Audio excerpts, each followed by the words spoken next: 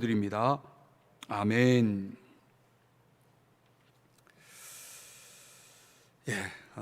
잘 지내고 계시죠? 자, 오늘 우리가 지난주에 에스라서 8장 14절까지 제가 말씀을 풀었습니다. 오늘 에스라서 8장 15절에서 20절까지 말씀만 같이 잠시 나누면서 은혜를 받고자 합니다.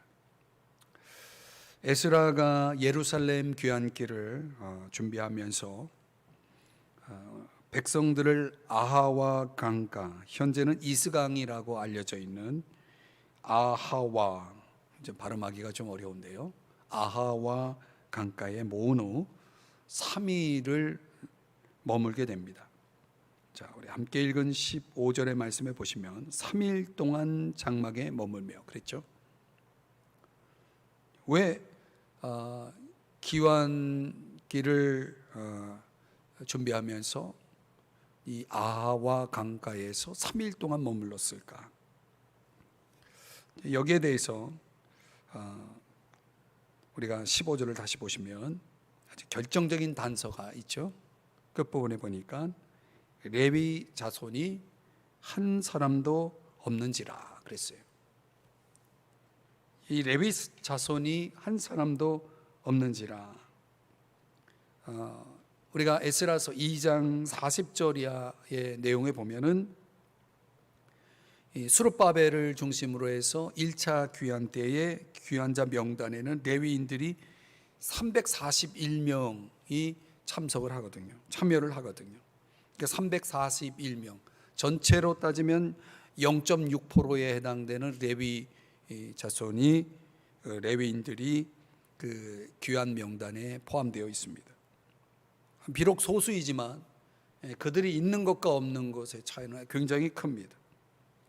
아마도 이제 에스라가 이 귀환 대열에 이 레위인들을 데리고 가려는 어떤 목적 하에서 그는 3일이라는 기간을 두고 준비하고 있음을 오늘 본문에서 보여주고 있습니다. 레위 사람들이 왜 필요했을까? 레위 사람들의 역할, 우리가 이제 구약 성경을 읽어보면, 적어도 레위기의 성경을 읽어보면요, 당연히 이제 성막, 하나님 앞에 제사를 드리는 일을 위해서 제사장들을 돕기 위해서 하나님이 레위 자손들을 붙여주는 그런 차원의 내용을 알고 있습니다. 레위인들의 역할을 우리가 신명기의 말씀을 좀 참고를 해보면요, 한번 신명기 33장 10절 말씀해 보시면, 주의 법도를 야곱에게, 주의 율법을 이스라엘에게 가르치며. 누가요? 레위인들이. 이 레위인들에게 주어진 중요한 역할이 뭐냐면, 모세 율법에 의하면 성전 기구의 기구를 이동하는 데 있어서 그 성전 기구를 옮기는 그런 역할도 있지만은, 이 신명기 말씀에 의하면 율법을 가르치는 교사의 역할을 하는 사람들이었다. 그렇기 때문에 이 포로 생활 가운데서 귀환한 백성들이 이제 귀환할 때 적어도 그 백성들에게 율법을 가르칠 사람들이 필요했겠죠. 율법을 가르치는 교사 역할을 하는 사람들이 당연히 중요하지 않았겠습니까? 왜냐하면 귀환하는 백성들의 어떤 가장 궁극적인, 가장 우선하는 목적이 뭐겠습니까? 그것은 하나님 신앙을 회복하는 거 아니겠습니까? 하나님 앞에 바른 예배를 드리고 또 하나님의 그 율법의 규례들을 바로 이해하고 깨닫고 그것을 지키기 위해서, 그 목적을 위해서 이 유다 백성들이, 이스라엘 백성들이 지금 예루살렘으로 귀환하는 거 아니겠습니까? 이제 그런 차원에서 보면 레위인들의 역할은 아주 절대적인 필요라고 할 수가 있습니다. 그들의 임무가 너무나 중요했다는 거죠. 그러나 이 레위인들이 그 바벨론 포로 생활 가운데서도 이스라엘 백성들에게 아마도 그 성전 예배와 관련된 또 율법과 관련된 그런 훈련을 감당했다는 거죠. 그러면서 굉장히 어려움이 많았을 것 같아요. 너무나 이제 그 일이 과중하고 고생스러웠다라는 차원에서 그들이 다시 귀향길에 오른다라고 할 때 그 역할을 감당해야만 하는 어떤 그런 어려움을 생각하면서 레위인들이 그 귀향길에 함께 동참하기를 꺼려 했을 가능성이 있습니다. 이제 학자들은 그런 차원에서 너무나 그 레위인들의 어떤 역할이라는 것이 너무나 고생스럽기 때문에 아마 그들은 고국행을 포기했을 것이다, 이렇게 학자들의 해석이 있어요. 자, 그래서 나선 사람이 없는 거예요. 레위 자손이 한 사람도 없었다고 그랬거든요. 아니, 그렇게 아무리 소수라도 1차 스룹바벨과 함께 귀환한 그 백성들 안에는 341명이 있었잖아요. 비록 소수지만은. 그런데 지금은 단 한 사람도 없었다는 거예요. 여기에는 다 이유가 있겠죠. 지금 설명드린 대로 그 레위인의 어떤 역할, 그들에게 주어진 미션이라는 임무라는 것이 상당히 과중했을 것이다. 그러니까 너무나 힘들고 어려우니까 아마 그들은 우리는 함께 가지 말자, 이렇게 이제 스스로 그런 판단을 내렸을 가능성이 큽니다. 자, 해서 에스라는 어떻게든 그들을 데리고 가야 되겠다라는 것입니다. 에스라 8장 16절을 한번 보시면요, 이에 모든 족장 곧 엘리에셀과 아리엘과 스마야와 엘라단과 야립과 엘라단과 나단과 스가랴와 모슬람을 부르고 또 명철한 사람 요야립과 엘라단을 불러. 전체 11명이거든요. 왜 구체적으로 이 11명을 이름을 언급하고 있냐면 바로 이들이 중재자로 나서게 됩니다.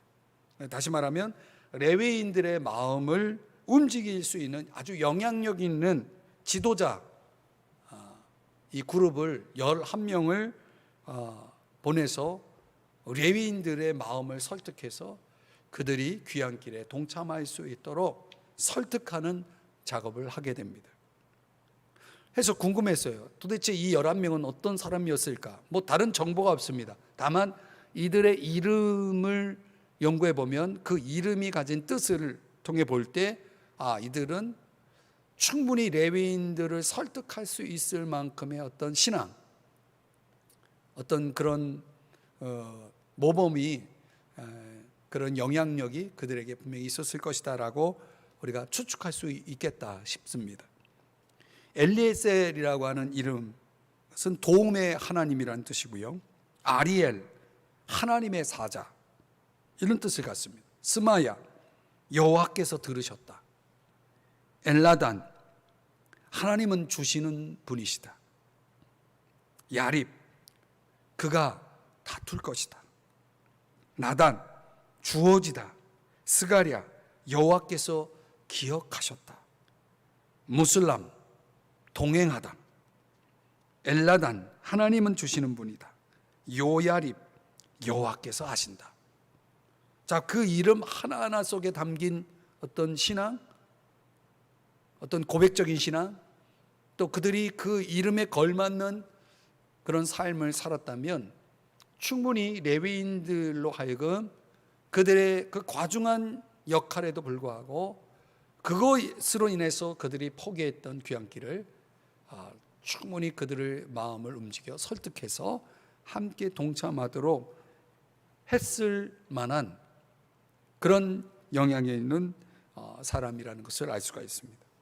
자, 에스라 8장 이어지는 17절에 보시면요, 가시바 지방으로 보내어 그 곧 족장 이또에게 나아가게 하고, 이게 이또라는 사람의 이름이 등장하죠. 이또라고 하는 사람도 역시 레위인들을 설득함에 있어서 상당한 영향력을 가진 사람이었을 것이다. 근데 그 이또는 바로 이 가시바 지방, 이 가시바 지방을 좀 연구를 해보니까요, 이 가시바 지방은 일단의 그 유대인들이 율법을 가르치는 그런 장소로 아마 회당이 있었을 곳으로 그렇게 학자들이 보고 있습니다. 그렇다면 그 회당에서 율법을 가르치는 역할 가운데 누가 그 역할을 했을까? 이 이또라는 사람이 바로 그 영향력을 끼치고 있었을 것이다. 그래서 그 11명과 함께 이또에게 그 역할을, 레위인들을 설득하는 역할을 하게 되죠. 하나님의 성전을 위하여 섬길 자를 데리고 오게 합니다.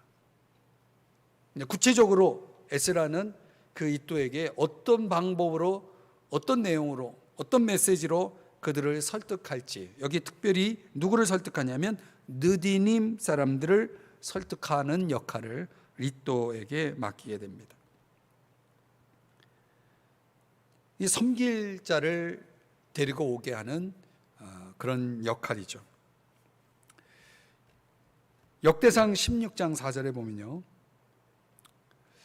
레위 사람들을 세워서 하나님 앞에 섬기게 하는 일, 성전 제사와 관련된 여러 가지 직무를 수행하는 역할을 이제 맡겼음을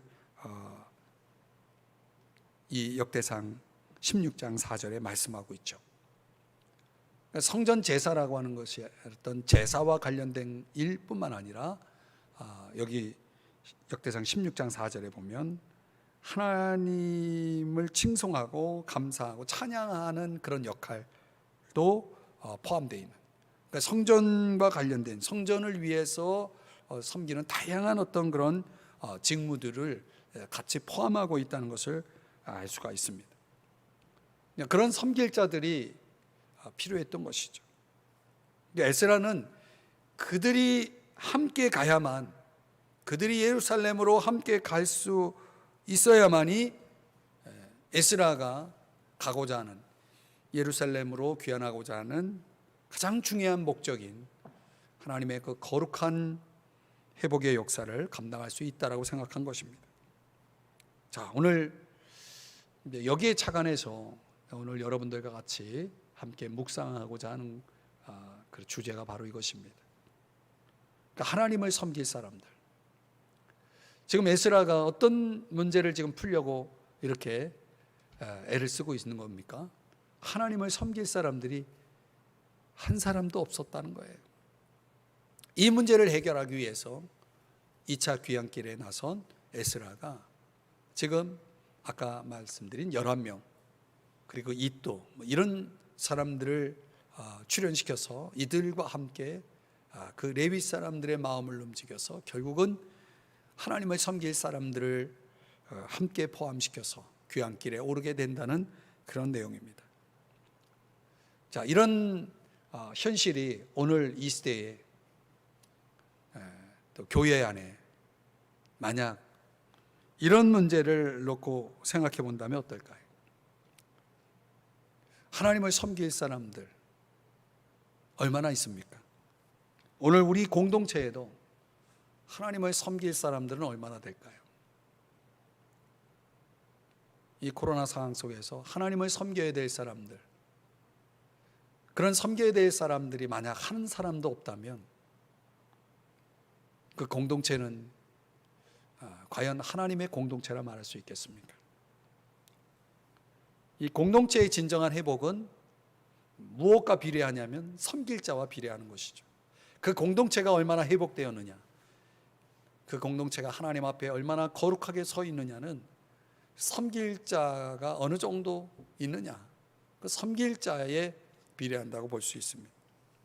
그 섬길 자의 중요성이라고 하는 것이 얼마나 오늘 본문에서 중요한 주제인지를 생각해 보면서, 그렇다면 하나님을 섬길 사람들은 어떤 사람일까? 지금 에스라가 설득하고 있는, 또 구하고 있는, 섬길 자를 데리고 오라라고 말씀하고 있는 거기에 해당되는 사람들은 누구일까? 오늘 이 메시지를 듣는 우리 성도님들 안에서 과연 나는 하나님을 섬길 자인가, 하나님을 섬길 그런 사람들로 준비되어 있는가, 오늘 본문의 묵상을 통해서 함께 생각해 보십시다. 두 가지 핵심을 한번 생각해 보겠습니다. 자, 첫 번째는요, 하나님을 섬길 사람들은 하나님의 은혜를 입은 자다.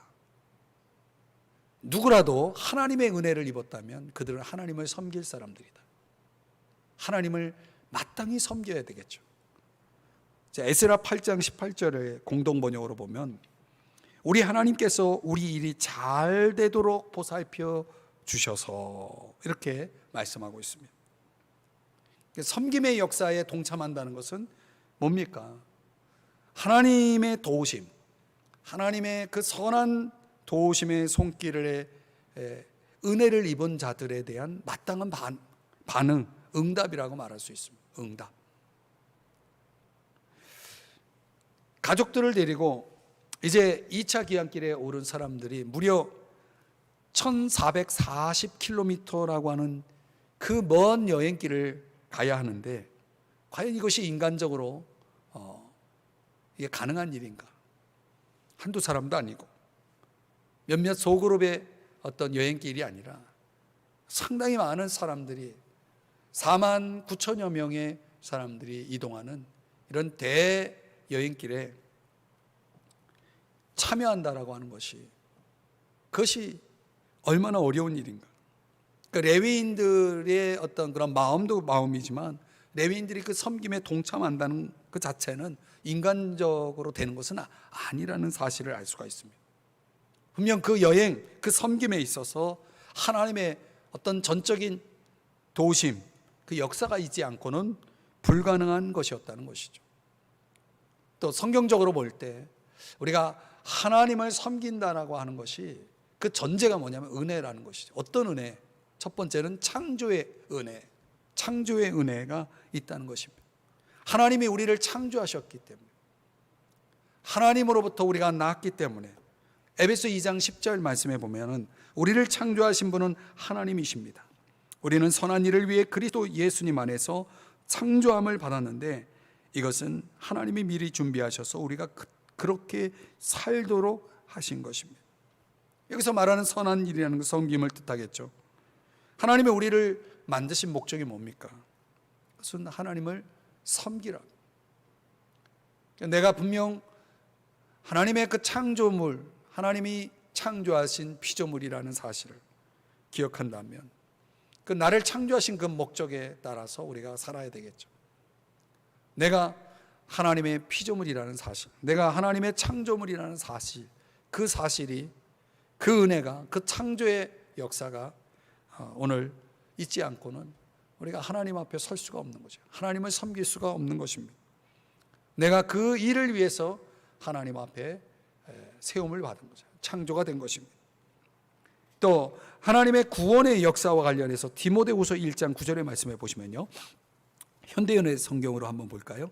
하나님께서는 우리를 구원해 주시고 또 그분의 거룩한 일을 위해 우리를 부르셨습니다. 그렇죠. 우리를 구원하신 목적 또한 거룩한 일, 즉 섬김을 위해서 우리를 구원하셨다라고 하는 것이죠. 우리가 섬긴다라고 할 때 적어도 우리는 이미 이 궁극적인 두 가지 은혜 속에서 출발합니다. 하나님이 나를 창조하셨다는 것, 또 하나님이 나를 구원하셨다는 것.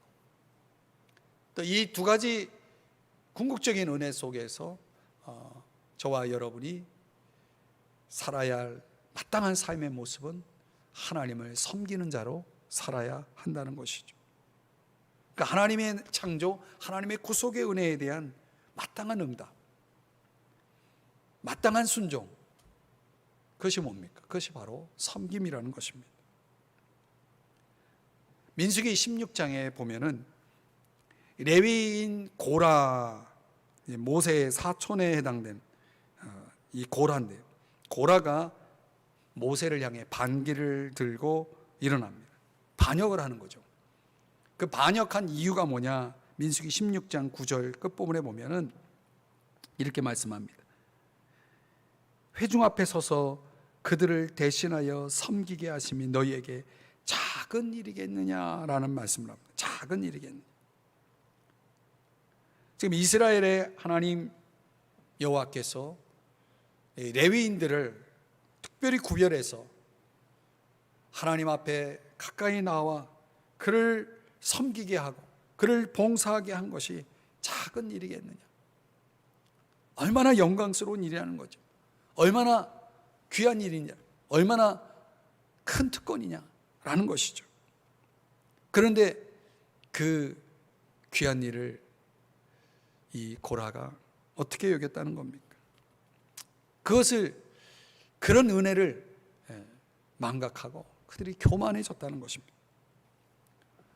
하나님 앞에 나와 섬기는 자들에게 있어서 문제는 뭡니까?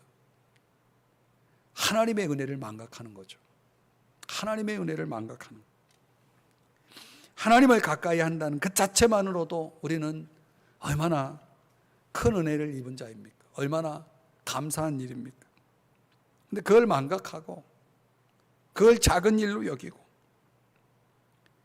결국 교만해진 고라는 모세를 반역하면서 하나님의 큰 징계를 받게 되죠.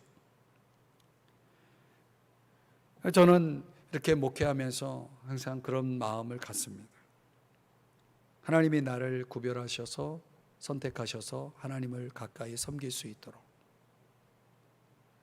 주의 성전을 나의 집으로 삼아서 하나님 앞에 이렇게 섬김의 길을 갈 수 있게 하신 것, 생각하면 생각할수록 비록 이 길이 힘들고 고된 십자가의 길이지만은 그럼에도 불구하고 하나님 앞에 늘 감사의 마음이 있습니다. 또 나름의 큰 자부심도 있어요.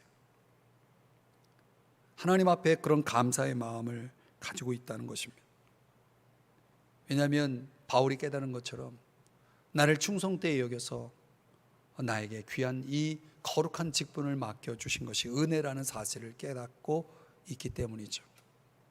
바울이 그런 고백을 하잖아요. 나의 나 된 것은 하나님의 은혜로 된 것이다. 그러니까 내가 이렇게 하나님 앞에 있는 내 자신을 볼 때 이 모든 것이 다 하나님 은혜다라고 하는 그 깨달음이 있을 때 거기에 감격이 있고 감사가 있는 거 아니겠습니까? 거기에 따르는 또 충성이 하나님 앞에 드려지는 그 온전한 충성이 있게 되는 것이죠. 베드로전서 4장 10절 말씀에 보니까 이렇게 말씀합니다. 여러분이 각자 받은 은혜의 선물이 무엇이든 간에 여러분 하나님의 여러 가지 은혜를 맡은 선한 관리인답게 서로를 섬기는데 그것을 사용하십시오. 내가 받은 은혜, 오늘 하나님 앞에 내가 설 수 있는 그 은혜, 또 내가 하나님 앞에 무엇을 통해서 섬길 수 있는 은혜, 그 모든 것을 은혜로 여긴다면 그 은혜를 깨닫고 그 은혜에 감격하고 그 은혜에 감사하는 사람들, 그들은 바로 하나님을 섬길 사람들이라는 거죠. 은혜 정신을 가지고 있는 사람들, 은혜 의식을 마음에 품고 살아가는 사람들 모두가 하나님을 섬길 자들임을 우리는 기억해야 할 것입니다. 하나님을 섬길 자를 데려오라. 바로 누구를 데려오라는 겁니까?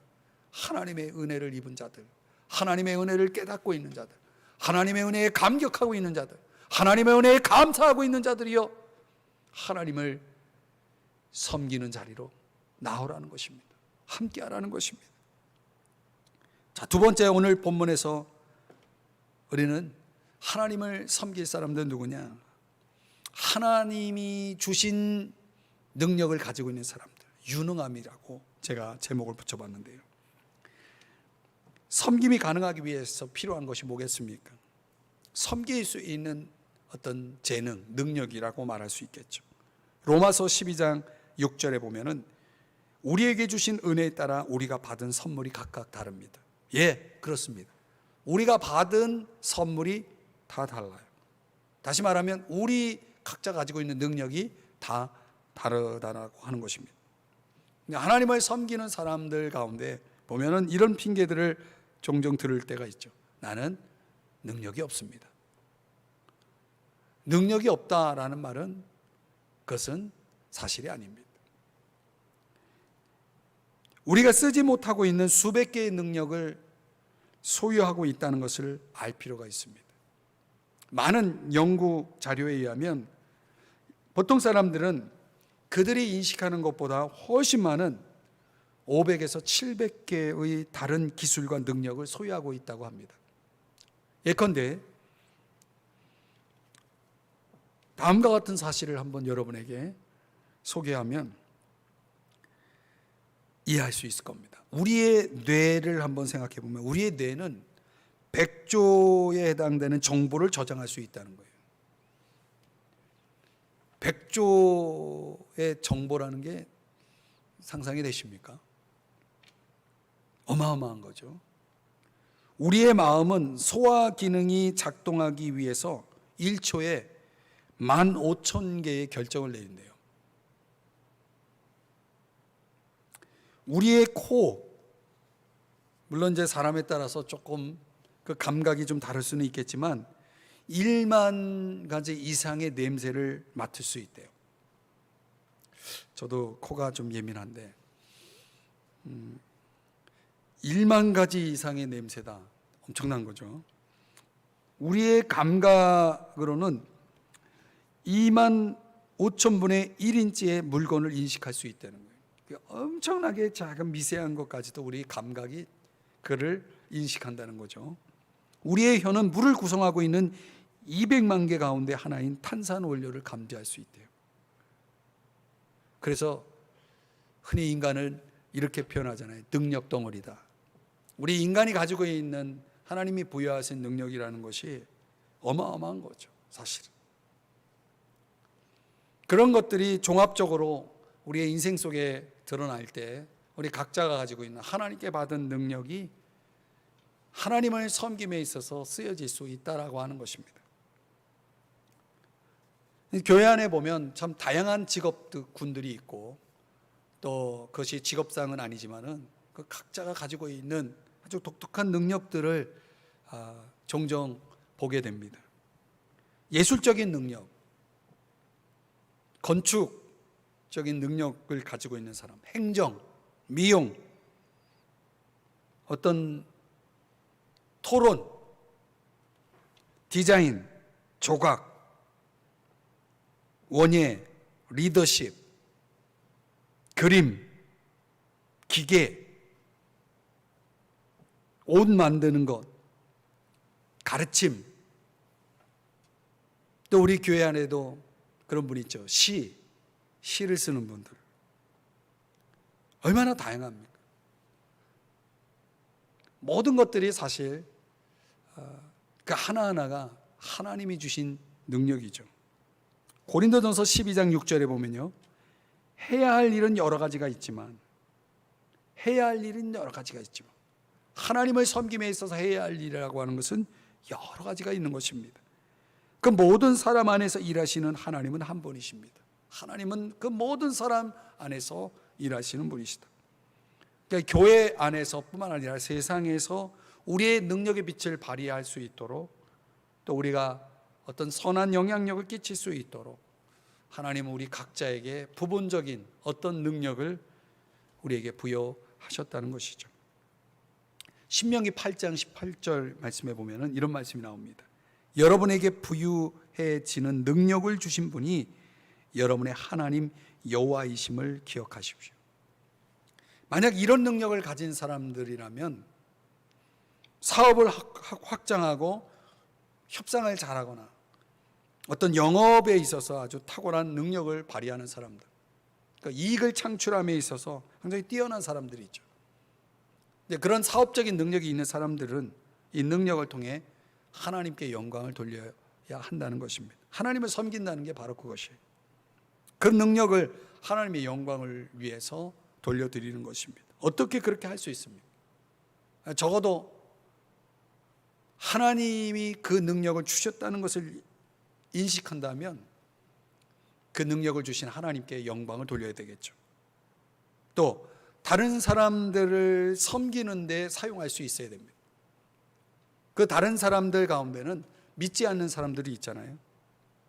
적어도 내가 가지고 있는 능력을 가지고 우리는 그들이 믿는 그 믿음의 세계로 들어올 수 있도록 여러분들의 사업을, 여러분의 능력을 이용할 수 있겠죠. 또 하나님이 주신 수입에 대해서 하나님께 예물을 드리는 것도 하나님의 영광을 위해 사용하는, 돌려드리는 방법이기도 합니다.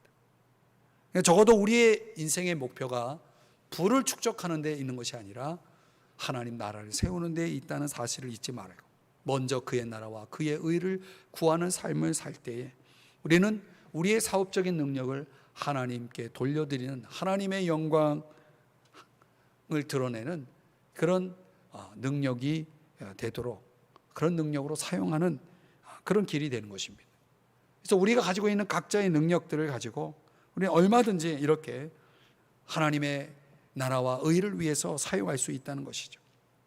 오늘 에스라는 그런 하나님 나라, 주의 거룩한 사역의 회복을 위해서 지금 섬길 자를 데리고 오라고 지금 오늘 본문에서 그렇게 말하고 있는 것입니다.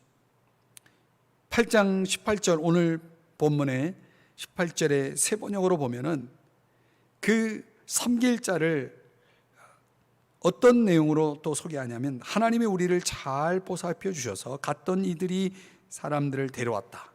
사람들 데려왔어요. 섬길 자를 데리고 온 것입니다.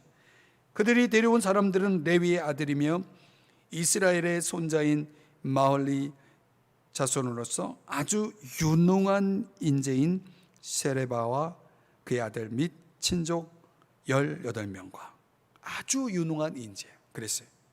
아주 유능한 인재. 그러니까 하나님을 섬김에 있어서 우리가 가지고 있는 그 유능함이 이렇게 하나님을 위해서 드려질 수 있다는 거죠. 하나님을 섬김에 있어서 드려질 수 있다는 거죠. 그래서 교회 안에 이렇게 보면은 수많은 섬김이 필요하고 또 그 섬김에 있어서 어떤 필요한 유능함이, 그런 탁월함이 중요하다는 것입니다. 저는 이제 우리 교회 안에 우리 저와 함께 사역하는 우리 부목사님들 이렇게 보면 제 안에서는 해결될 수 없는 그런 여러 가지 어떤 그런 사역의 분야 속에서 정말 탁월하게 이렇게 서포트를 해주는 걸 보면서 하나님은 이렇게 우리가 목회 안에서도 하나님의 일들을 감당하는 데 있어서 하나님이 이렇게 귀한 사역자들을 우리 교회에 보내주셔서 그 일들을 감당하게 하시는구나. 우리가 가지고 있는 어떤 능력의 어떤 영역들이 꼭 어떤 말씀을 다루는 어떤 그런 영역 안에서만이 아니라 우리가 평소 가지고 있는 그 일상에서 우리가 사용했던 그런 능력들이 어떤 교회 안에 어떤 그런 거룩한 사역들을 이루어 나가는데 굉장히 쓰임을 받는 것을 보면은 너무 감사한 것 같아요. 오늘 이렇게 비대면 예배를 드리면서 또 우리 집사님 부부가 와서 같이 이렇게 예배를 섬겨주시는데, 가지고 있는 능력을 이렇게 주님을 섬기는 데 쓸 수 있다는 것이 얼마나 참 귀하고 감사한 일입니까? 여러 가지 다양한 영역 속에서 하나님 앞에서 우리가 나의 유능함, 내가 가지고 있는 그런 능력들을 얼마든지 우리는 그렇게 활용할 수 있는 것입니다. 그것이 음악적인 것이든 아니면 그 외에 다른 다양한 분야 속에서 우리가 그런 일들을 찾아가는 것이 굉장히 중요하다고 봐요. 하나님이 내게 주신 능력이 무엇인지 간에 그것이 내 삶에 있어서 하나님이 나를 향하신 하나님의 뜻을 내가 가늠할 수 있는 가장 중요한 잣대로 사용하는 것, 필요하다는 것입니다. 하나님이 나를 향해서 어떤 뜻을 가지고 있겠습니까? 그 하나님의 뜻을 이루기 위해서 하나님이 내게 주신 그 유능한 능력들이 나의 소명되어서 하나님 앞에 귀하게 쓰임을 받을 수 있다는 사실을 우리는 기억할 필요가 있습니다. 단지 살아가는 생계를 위해서만 하나님이 주신 능력이 아니라 하나님의 나라와 하나님의 그 복음 사역을 위해서 나의 그 능력을 쓰시길 원한다는 거죠.